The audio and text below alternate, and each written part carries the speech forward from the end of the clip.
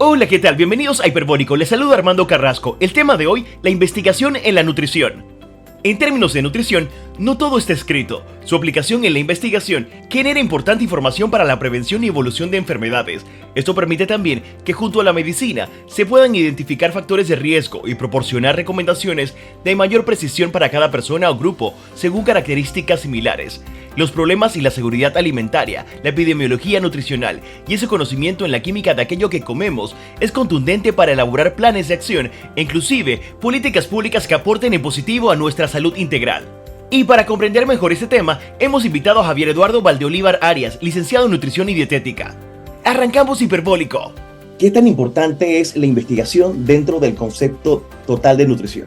Bueno, mira que casualmente ayer estuve en una misa con colegas míos porque cumplíamos 54 años de fundación como gremio y durante esos 54 años los nutricionistas han estado investigando de todos los temas relacionados a enfermedades crónicas, a estado nutricional en la niñez, los adultos mayores, y la investigación en nutrición es muy importante porque eso amplía el conocimiento que tenemos para poder atender mejor a la población y resolver problemas que surgen con el pasar del tiempo. Tú sabes que problemas se resuelven y luego surgen nuevos problemas que hay que entonces solucionar con nuevas estrategias. Si tuviéramos que deconstruir ese método que se aplica en esa investigación, ¿cómo se hace? ¿Cómo se realiza? Bueno, primero, observación. Ese es el método científico clásico, ¿no? Tú observas a la población o a un país, encuentras un problema, luego generas una hipótesis de cómo se podría resolver, viene la experimentación y al final la solución al problema, ¿no? Nosotros específicamente hacemos estudios poblacionales para ver las estadísticas de obesidad, de desnutrición, nos comparamos con otros países y entonces así podemos ir afinando las cosas que estamos haciendo para resolver distintos temas, ¿no? Si tuviéramos que traer esa investigación a Panamá, ¿cuáles son esos temas de mayor relevancia? Bueno, lo que tenemos ahora mismo de mayor relevancia en temas de salud son las enfermedades cardíacas. Son la primera causa de muerte, luego viene el cáncer, tenemos algunos otros problemas que no se tratan mucho, no se divulgan mucho, como por ejemplo los temas de salud mental que también tienen que ver con la alimentación. No que una mala alimentación los causa, pero sí que una buena alimentación puede aliviar los síntomas y demás. Pero sí hemos visto en otros países cómo se atiende la desnutrición infantil. Por ejemplo, Chile ya erradicó la desnutrición en niños menores de 5 años. Bueno, como te decía, cuando tú resuelves un problema cuando tú encuentras una solución a un problema, surgen nuevos problemas. Erradicaron la desnutrición en Chile, pero el sobrepeso aumentó, porque ahora más gente tiene acceso a alimentos y entonces ahora están consumiendo alimentos de más. Entonces, ¿qué hay que hacer ahora? Educar a la población para que consuma lo justo y entonces pues resuelvas ese nuevo problema. Acá en Panamá tenemos eso también. Por ejemplo, más del 70% de la población adulta tiene sobrepeso u obesidad y más del 86% de los niños. En los niños es un poco más grave o más acentuado porque ellos no tienen tanto control de sus acciones. Entonces, pues se dejan llevar por sus gustos o las emociones, comen más chicha, más soda, más productos procesados altos en sal. Así que por eso tenemos en los niños ese tema un poco más acentuado. Me dijiste que partes de una hipótesis y luego de cuando ya la investigación está lista, lo que emites es una tesis. ¿Realmente? Una experimentación. Okay. Así que cuando tú agarras una población para estudiarla y luego publicas los resultados. Y ahí entonces con los resultados viene o la solución o nuevos estudios para encontrar la solución al problema. Durante estos 54 años que tenemos de fundación como gremio, hemos ido mejorando las técnicas de estudio. Ahora hacemos estudios más avanzados, más detallados. Hacemos estudios hasta con células humanas. Antes solo era con humanos y más estudios observacionales, por ejemplo, donde tú agarrabas a 1000 personas y les tomabas el peso, la talla y dependiendo de su área de residencia, si en las comarcas o en zonas urbanas, ahí tú podías ver entonces estadísticamente dónde hay más problemas de sobrepeso o de desnutrición, que por ejemplo acá en Panamá las comarcas son las más afectadas. Estos resultados se publican, son compartidos a nivel colectivo, se trabajan de alguna manera con el gobierno para emitir políticas públicas. ¿Cómo queda esta investigación después de realizada? Bueno, casualmente sí se publican y ahora gracias a la tecnología del internet todo el planeta puede ver lo que tú publicas. Aquí todos los estudios que se llevan a revistas científicas, muchos se publican en revistas nacionales que pueden ser de universidades estatales como la UTP o la Universidad Nacional y otros estudios se publican en revistas internacionales y así puedes llegar entonces a tener alcance global y eso ayuda a que otros países o científicos de otros países cooperen contigo para resolver lo que tú tienes en tu país. El MINSA y el gobierno también hacen estudios. El sector privado también, hay empresas que financian estudios científicos mucho más en el extranjero. Se ve eso de que la empresa privada financia estudios y ahí surgen entonces alianzas público-privadas. En otros países se invierte mucho en ciencia, el gobierno invierte mucho y también la empresa privada. Y eso ayuda a que se encuentren soluciones mucho más rápido y también eso genera mucho conocimiento científico sobre el tema que estás tratando, ¿no?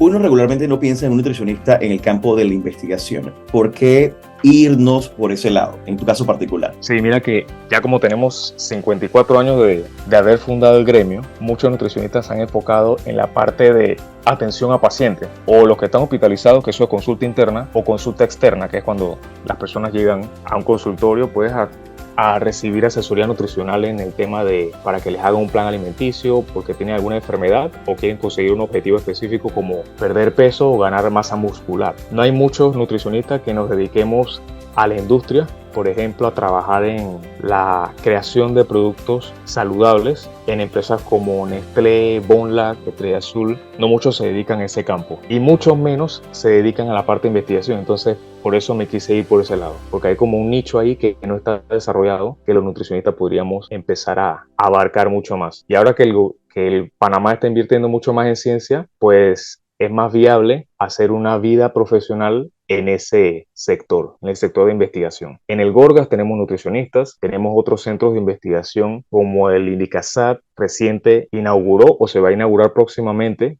por parte del gobierno un centro de investigación en el tema de agroecología. Y ahí también entran los nutricionistas, entran ingenieros agrónomos, entran biólogos, químicos. Pues es un campo bien interesante, la verdad. Me gusta bastante. Para tomar esta decisión de investigar, ¿hay algún tema en particular que te preocupe, que digas yo quiero resolver esto? Me parece que es importante para la población o para el colectivo. Sí, casualmente yo me metí en este campo de la investigación con mi tesis porque en la universidad teníamos a una doctora que coordinaba ese tema, pero con médicos, estudiantes de otras carreras que hacen más investigación. Los nutricionistas no sabemos que estamos capacitados para hacer ese tipo de estudios porque en la universidad no nos meten esa idea, no nos inculcan eso. Pero cuando conozco a esta doctora, la doctora Gina de la Toña, ella nos dice, oye, pero lo que ustedes aprenden sobre biología molecular, bioquímica, ustedes están capacitados perfectamente para hacer estudios científicos avanzados. Así que pues en el tema de nosotros, de mi grupo de tesis, nos atrevimos y al final pues nos metimos en ese proyecto. Lo que nosotros hicimos fue participar junto a esa doctora en una convocatoria pública que tiene Senacid, que es del gobierno, y la convocatoria pública se llama Nuevos Investigadores. Eso fue en 2019, justo antes de que se estallara la pandemia, pero como tenemos, pues, como te decía, tecnología ahora, internet y todo, nosotros redactamos una propuesta que es como una hipótesis, ¿no? Y eso lo entregamos a Senacid. Senacid, a través de la convocatoria, financia estudios y eso fue lo que nosotros hicimos, ¿no? Recibimos el financiamiento, compramos insumos para hacer el estudio, luego pasaron como 2 años porque la pandemia nos pausó, pero ya cuando iniciamos nos tomó como 1 año terminar el estudio. Sí, vamos a aprovechar de una vez para hablar de esa tesis grupal que es importante y para que nos expliques en detalle de qué trata, cómo se aplicó y realmente estos resultados hacia dónde van. Voy a tratar de leer correctamente el nombre de la tesis grupal. Efectos de extractos de Ganoderma lucidum en el crecimiento y viabilidad de células AGS de cáncer gástrico, ¿verdad? Exactamente, así mismo es. Ok, cuéntanos de qué trata. Bueno, nosotros, como te decía, fuimos 3, nos asesoramos con la doctora Gina Latoña y otros asesores. El estudio era tan complejo y avanzado que necesitamos de 4 asesores diferentes y 2 laboratorios. Uno era en la Universidad Interamericana de Panamá y otro laboratorio fue en Udelas. Como no había equipos, todos los equipos en un solo laboratorio, por eso necesitamos 2 equipos. Lo primero que hicimos fue participar en la convocatoria de Senacid. Ganamos la convocatoria, recibimos el financiamiento, compramos los insumos, que otro tema es que aquí no se hacen esos insumos, necesitamos producirlos aquí para que sea más fácil acceder a ellos. Todos los insumos se obtuvieron del extranjero, casi todos. Compramos células, compramos también ese hongo que tú mencionaste en el título de la tesis que se llama Ganoderma lucidum. Este hongo es comestible, se consume mucho en Asia, sopas o con carne. Y lo que se ha visto en otros estudios de otros países, principalmente estudios en Asia, es que el hongo tiene algunas sustancias que pueden matar a las células de cáncer. Nosotros lo que quisimos fue probar eso mismo, ¿no? A ver si podíamos conseguir los mismos resultados. Nosotros hicimos extractos en Udelas con el hongo, Luego volvimos a la UIP con todos esos extractos que eran líquidos y los probamos en las células. Estas células AGS que son de cáncer de estómago. Nosotros elegimos ese cáncer porque en Panamá es uno de los cánceres más recurrentes y también uno de los más mortales. Es muy difícil que tú llegues al año luego de que te diagnostican de cáncer de estómago. Es muy grave o muy difícil de sobrevivir a este cáncer, ¿no? Por eso quisimos usar el hongo en ese cáncer. La idea es que después de este estudio se pruebe el mismo hongo con células de otros tipos de cáncer, por ejemplo, cáncer de páncreas, cáncer de hígado, que en otros estudios se ha hecho. Luego que nosotros hicimos todo eso, probamos el hongo en la célula, vimos que hay un posible efecto anticáncer del hongo. Con esto, nosotros no decimos, después de conseguir estas conclusiones, que el hongo, si tú te lo comes en tus recetas, vas a curarte de cáncer. Lo que decimos es que conseguimos algunas moléculas en el hongo que si tú las concentras, podrías ser un tratamiento complementario a los actuales para el cáncer gástrico y otros tipos de cáncer. Luego de eso, de que hicimos toda la experimentación, los resultados los redactamos en nuestra tesis, presentamos a la universidad y ahora lo que estamos esperando es hacer otros estudios para complementar y que la investigación sea un poco más de peso y entonces así poder publicar en alguna revista o nacional o de carácter internacional. ¿Cuál fue el resultado final? El resultado fue que hay un posible efecto anticáncer y nosotros pusimos posible efecto porque hay que hacer otras pruebas más detalladas para comprobar o confirmar que el hongo de verdad o sustancias en el hongo de verdad pueden destruir a las células cancerígenas. O sea, ¿esto es algo que la gente puede incorporar a su dieta o es algo que va a ir directo a un tema de medicamentos? Bueno, para prevenir el cáncer o curarlo sí sería ya hacer extractos del hongo para complementar las terapias que ya tenemos como quimioterapia, radioterapia y demás. Pero si se come el hongo, porque es comestible, pues aporta varios nutrientes que sí pueden tener algún efecto en la prevención del cáncer. Por ejemplo, en otros estudios que son observacionales, son bien simples, esos estudios no tienen conclusiones tan firmes, se ha visto que las poblaciones que consumen más hongos tienen menos cáncer de estómago, ¿no? Tú ves eso en China, en Japón, en Taiwán, en Vietnam. Cuanto más hongo consume la gente, parece que hay menos cáncer. Esos son estudios observacionales y que pues se confirman con otros estudios posteriores. Es importante entonces el aporte... dime, adelante. Sí, al final hay muchas cosas que se ha comprobado que previenen el cáncer, ¿no? No fumar, no tomar alcohol, consumir suficientes frutas y vegetales, consumir agua, hacer ejercicio, dormir bien, manejar el estrés, comer fibra, comer pocas carnes rojas y embutidos o evitarlos por completo los embutidos y las carnes rojas como la carne de res y otras estrategias, ¿no? ¿Qué te preocupa a nivel de nutrición en Panamá? Ahorita estamos sobre el tema de país, sobre nuestra alimentación, sobre nuestros hábitos, ahorita que también los mencionaste. Sí, en Panamá tenemos un tema, porque nuestra cultura alimentaria, más en Colón, que es una de las provincias que más tiene afectación por la obesidad y el sobrepeso, porque consumen muchas frituras y mucho aceite, mucha grasa. Por ejemplo, arroz con coco no es lo mismo que arroz solo, el coco tiene mucha grasa. Entonces, por la cultura alimentaria en Colón, tienen mucha obesidad y mucho sobrepeso. Pero en general en Panamá la cultura alimentaria es de mucha fritura, muchos carbohidratos, pocos vegetales. Cuando tú comes en la calle, tú ves que te sirve que pocotón de arroz y ensalada de papa, un poquitito de vegetales, tu presa ahí de pollo bien gigante, ¿no? Entonces, ¿qué hace falta en Panamá? Más educación nutricional desde las escuelas. Si tú educas a los niños, ellos van a crecer siendo adultos que van a comer sano y se podría resolver mucho este tema, se podría reducir mucho el sobrepeso o la obesidad.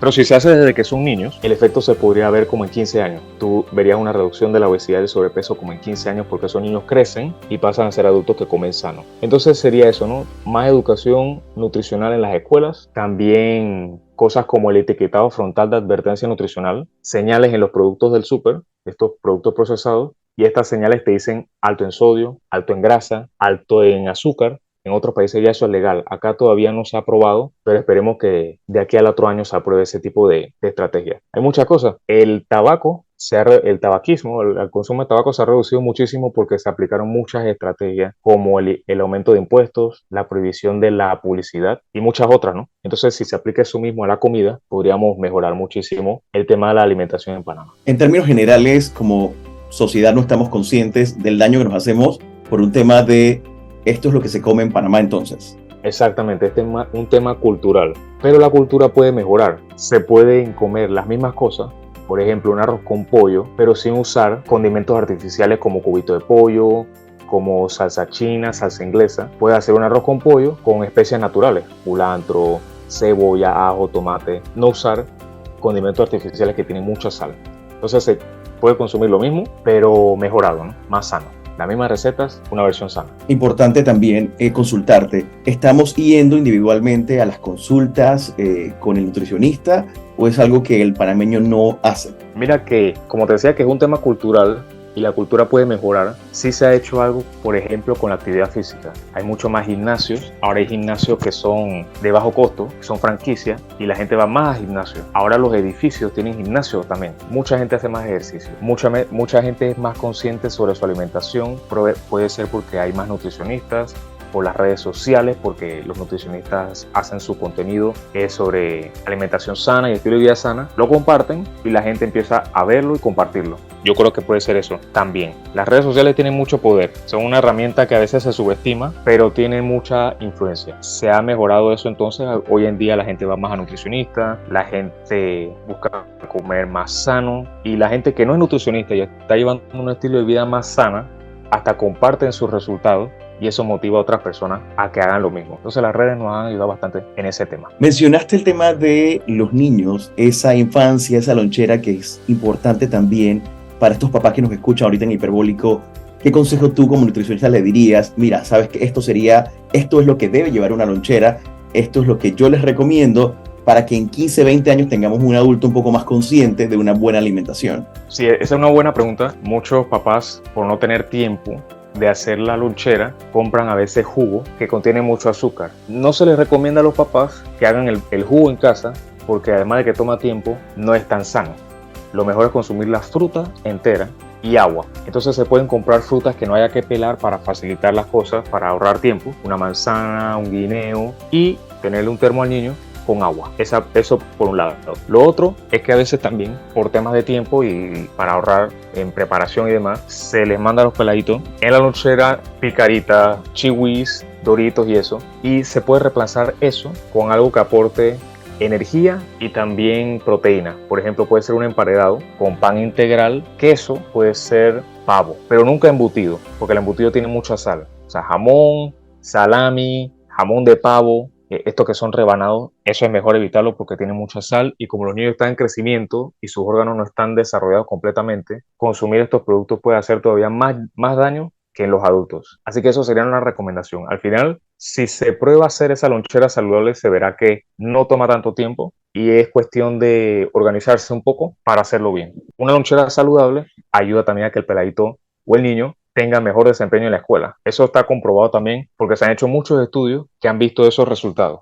Los niños que están bien alimentados, están bien nutridos y por eso rinden más en la escuela. La deserción escolar, los jóvenes que se salen de la escuela, ese problema tiene muchos factores, que si el ambiente social, que si la falta de apoyo familiar, pero aunque parezca increíble y parezca tonto, la alimentación también es un tema importante. Si el niño o el joven está bien alimentado y le va bien en la escuela, es un poco más difícil que se salga. Otra cosa que hay que hacer es mejorar los costos de la canasta básica. Eso ya es cuestiones de políticas públicas. Y en eso también se enfocan los nutricionistas. Hay nutricionistas que nunca han atendido, colegas mías, ya señoras, que nunca han atendido pacientes, pero se han enfocado en la salud pública. Casualmente una maestría en nutrición se llama salud pública y se enfoca en el desarrollo de políticas públicas enfocadas en la alimentación y la salud de la población. En el Ministerio de Educación, por ejemplo, tenemos nutricionistas también y ahí se enfocan en la educación nutricional. O sea, los nutricionistas siempre lo que más se ha visto es la consulta, ¿no? Pero en verdad estamos en varios sectores buscando que al final el país tenga más salud,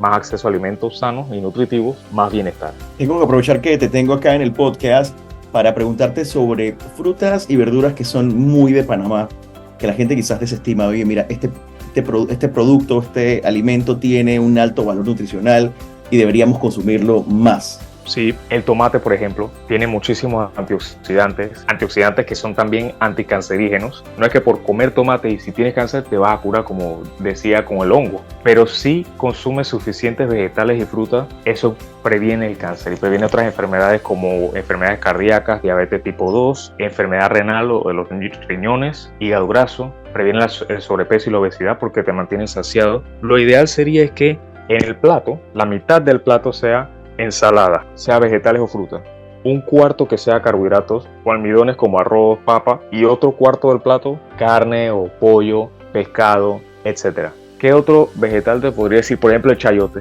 No mucha gente le gusta el chayote, pero es un producto de nosotros. Casualmente, el año pasado yo probé una receta que es del trapiche. Probé hacer un pie de chayote. En vez de usar manzana, usé chayote. La manzana no se produce aquí, pero sí el chayote, y se podría entonces impulsar el uso de ese vegetal para muchas recetas que hoy en día no se hacen. Hay muchos productos nacionales que se pueden reemplazar por los importados para hacer recetas y demás. Sí, no le damos valor a ese producto nacional quizás porque siempre lo usamos en lo mismo, ¿no? Me hablas de chayote, yo pienso en una sopa, regularmente. Exacto. Sí.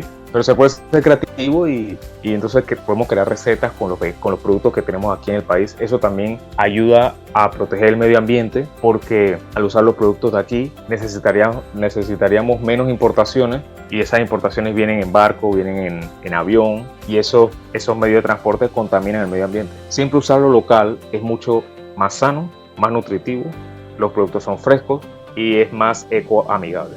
Volviendo al tema de la investigación, Javier, ¿hay algún estudio del exterior que haya llamado tu atención y digas, mira, qué tan importante es esto de investigar sobre la salud de los alimentos, que digas, esto vale la pena compartirlo y que se realice mucho más? Sí, el tema que yo manejé de extractos alimenticios con potencial medicinal, ese campo se llama nutracéuticos. Están los farmacéuticos o los fármacos que son químicos producidos por el hombre, y están ahora los nutracéuticos que se están estudiando mucho más, que son sustancias en los alimentos que cuando tú las concentras tienen un potencial medicinal. Por ejemplo, en el ají chombo, que es un producto nuestro, hay una molécula que se llama capsaicina. Esa molécula es antiinflamatoria y también anticáncer. No que el ají chombo es anticáncer, sino esta sustancia en el ají chombo es anticáncer, antibacterial, antihongo también, puede combatir los hongos.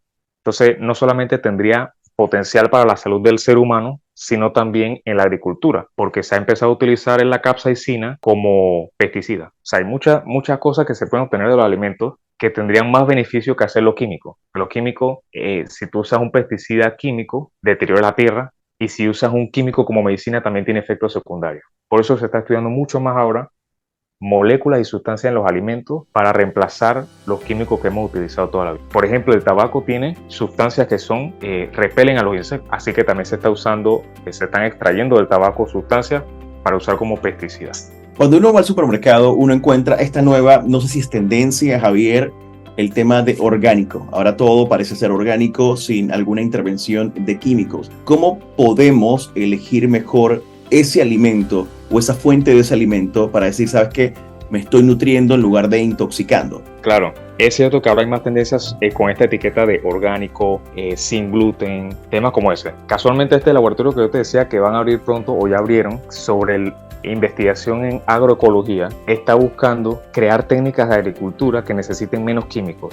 Porque sí es verdad que cuando usamos pesticidas químicos, fertilizantes sintéticos, un residuo queda en el alimento y uno se lo consume. Reciente, creo que fue este año, al inicio de año, hubo una gran cantidad de productos que nosotros exportamos a Costa Rica, y Costa Rica los devolvió porque tenían demasiado residuo de pesticidas. O sea, no pasaron las pruebas. Aquí el que mide cuánto residuo de pesticida hay en los alimentos es la Dirección de Sanidad Vegetal del MIDA, del Ministerio de Desarrollo Agropecuario. Ellos miden todos los años, siempre que hay cultivo, cuánto residuo de pesticida hay en el alimento. Si el alimento pasa las pruebas, entonces se vende, porque hay un residuo que se considera que no tiene un daño muy grande en el cuerpo, que no es muy dañino, así que es aceptable y se pasa. Pero a largo plazo sí se ha visto que ese poquito de residuo que queda en el alimento puede tener efecto en la salud del hombre o del ser humano. Puede aumentar el riesgo de cáncer, el riesgo de trastornos del neurodesarrollo como autismo y otros. Así que sí, estamos investigando aquí en Panamá ahora, y en otras regiones como Europa ya están un poco más avanzados en eso. Hasta tienen un objetivo para el 2030-2050, que es la reducción del uso de pesticidas al 50% en la agricultura. Entonces están surgiendo nuevas técnicas de cultivo que no necesitan tanto agroquímicos, y pues yo creo que pronto tendremos productos más nutritivos, más sanos y que tengan menos residuos de químicos dañinos. Sí, esto es importante porque aparte de la preparación de los alimentos, de poder escoger quizás lo mejor, lo más limpio, cuando uno va a un supermercado o pide online la comida, uno tiene que estar más consciente, porque al final todo eso tiene una repercusión en nuestra salud, y lo que queremos es ser más longevos, pero ser longevos con buena salud. Y esto parte de algo básico que dijiste y en lo que estás trabajando, que es la nutrición. Así es. Sí, y con el tiempo, mientras todos nos pongamos de acuerdo y trabajemos en equipo, iremos avanzando en el tema, porque los nutricionistas hacemos una parte, ¿no?, de educar a la población, pero la población tiene otra parte o otra responsabilidad, que es acoger esa educación o esos consejos que reciben y aplicarlos. Nosotros podemos decir coma más frutas, pero al final, si la población no consume más fruta, no podemos avanzar. Así que al final es un trabajo en grupo, de equipo, nutricionistas y población. Y la verdad, la gente está haciendo un buen esfuerzo. Como te decía, mucha más gente es más consciente ahora, van más a nutricionistas, comen más sano, hacen más ejercicio. Las cosas están mejorando bastante. Javier, para cerrar el episodio de hoy, ¿algún comentario final con respecto a esa importancia? ¿Por qué es imprescindible realizar investigación en el tema de nutrición? ¿Y por qué deberíamos estar todos más pendientes de aquellos resultados que se emiten de esos trabajos? Bueno, un mensaje para todos mis colegas y los nuevos estudiantes es que sepan que están completamente capacitados para hacer estudios como el que yo hice, y también estudios más avanzados, que sigan estudiando, que no se queden conformados o conformes con lo que reciben en la universidad, sino también que se mantengan leyendo estudios en revistas científicas, que busquen hacer nuevos contactos para mantenerse actualizados con lo nuevo que sale, y pues que no se desmotiven. A veces cuando uno da consejo y uno no ve que mucha gente lo sigue, uno puede desmotivarse, como que ya la vida será que no soy tan bueno, o no, yo no soy tan bueno dando consejos. Pero al final le digo eso, no se desmotiven y que sigan adelante, que al final todos vamos a mejorar juntos. Y así concluimos este episodio de Hiperbólico, la investigación en la nutrición, gracias al aporte y el tiempo de nuestro experto invitado, Javier Eduardo Valdeolivar Arias. Recuerda que puedes escuchar todos los episodios de Hiperbólico, la primera, la segunda y la tercera temporada, en Spotify, Apple Podcast, mi canal de YouTube y el app de Metcon Radio. Armando Carrasco se despide y nos escuchamos muy pronto.